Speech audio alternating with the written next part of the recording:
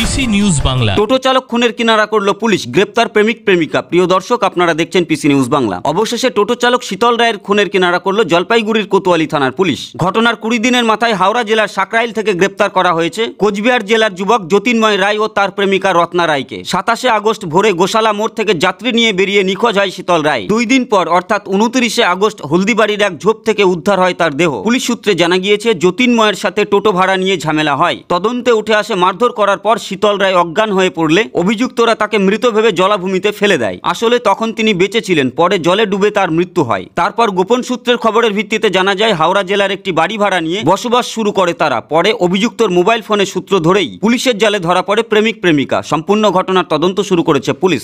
Bureau report, PC news Bangla.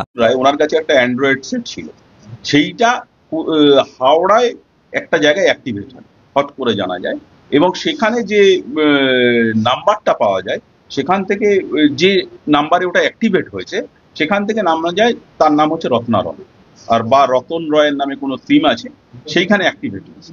তারপর আমরা মোবাইলের সূত্র ধরে এবং তারপরে রত্না রয়কে আমরা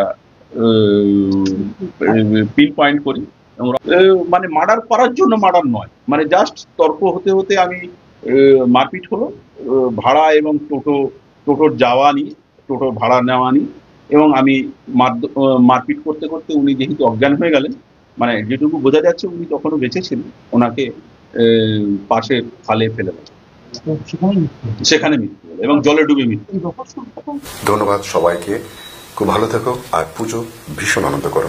আর অবশ্যই পিসি নিউজ বাংলা চ্যানেলটিকে সাবস্ক্রাইব করো, লাইক করো। এখানে সমস্ত ব্যবসা প্রতিষ্ঠানের বিজ্ঞাপন প্রমোশন করানো হয়। বিশদে জানতে আজই যোগাযোগ করুন।